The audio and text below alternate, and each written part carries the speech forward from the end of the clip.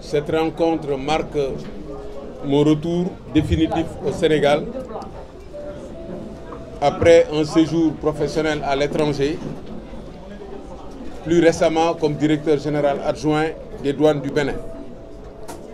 Permettez-moi de remercier les autorités béninoises de m'avoir offert l'opportunité de me mettre, après l'avoir fait dans mon pays, au service d'un pays africain frère, de surcroît dans le corps d'élite de la douane, un domaine d'activité qui, en plus d'être une chair collée à ma peau, m'a mis le Bénin dans le cœur. Chers journalistes, hommes et femmes de médias, je voudrais avant tout vous encourager pour le rôle que vous jouez dans la démocratie. Dans cette période sensible, votre responsabilité est encore plus lourde. Vous méritez respect et soutien.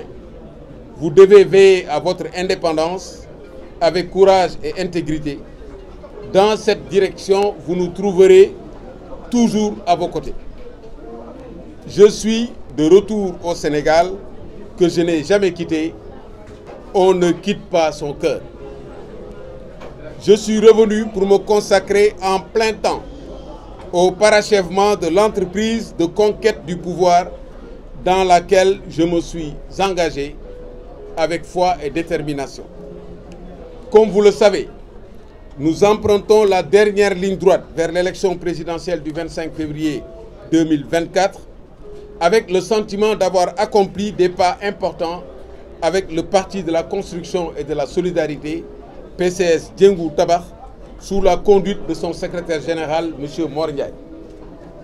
Lorsque, en 2022, le bureau politique m'a proposé d'être le candidat du parti, nous avons échangé sur les conditions à remplir pour faire aboutir cet important projet. Les unes dépendaient de moi, les autres du parti. Toutes sont à présent réunies en attendant la tenue du premier congrès ordinaire d'investiture prévu le 24 décembre 2023 au Grand Théâtre National de Dakar, consacrant l'investiture du candidat. Chers journalistes, hommes et femmes de médias, j'ai le plaisir de porter à votre connaissance que les instances du parti sont installées aussi bien au niveau national qu'international, qu'au niveau national que local. Secrétariat politique, bureau politique, comité directeur, commission technique, collège des sentinelles, collectif des élèves et étudiants, collectif des cadres, collège des sages et personnalités morales, ainsi que les comités locaux au niveau des communes, départements et régions. Le programme économique et social Tabakh est validé sous l'égide du collectif des cadres. La caution est mobilisée, le parrainage est bouclé et Kama est prêt à gouverner le Sénégal dans l'harmonie et la paix. Il est de retour. Je voudrais féliciter tous ceux qui, de près ou de loin, ont contribué à ces avancées significatives dans la rigueur, sans tambour ni trompette. Chers journalistes, hommes et femmes de médias, dès demain, s'il plaît à Dieu, nous entamons une tournée nationale et internationale dénommée Jataayu Fal Kama. Nous nous rendrons dans tous les coins et recoins du pays et dans la diaspora où nous attendent avec impatience, ferveur et espoir nos militants et sympathisants, mais surtout les populations à qui nous allons proposer des solutions aux intenables difficultés qu'elles vivent et leur demander de nous soutenir dans la construction du Sénégal. Nous avons un seul message, Tabakh, construire.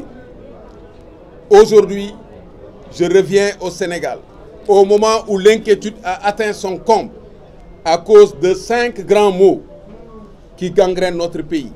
La pauvreté, l'ignorance, le chômage, l'insécurité et la maladie. Notre pays traverse également des moments de doute avec les crises de l'éducation, de la santé, une recrudescence de l'immigration irrégulière, une mauvaise gouvernance systémique. D'importantes réformes sont à entreprendre et des défis vitaux sont à relever dans un contexte sous-régional et mondial sensible pour un pays futur producteur de pétrole et de gaz. Enfin, la tournée Jatayou Falkama m'offre l'agréable occasion d'écouter directement mon peuple, de le consulter, de partager ses inquiétudes et de lui présenter des solutions que je préconise et dont je ferai une fidèle restitution jusqu'à l'élection présidentielle du 25 février 2024.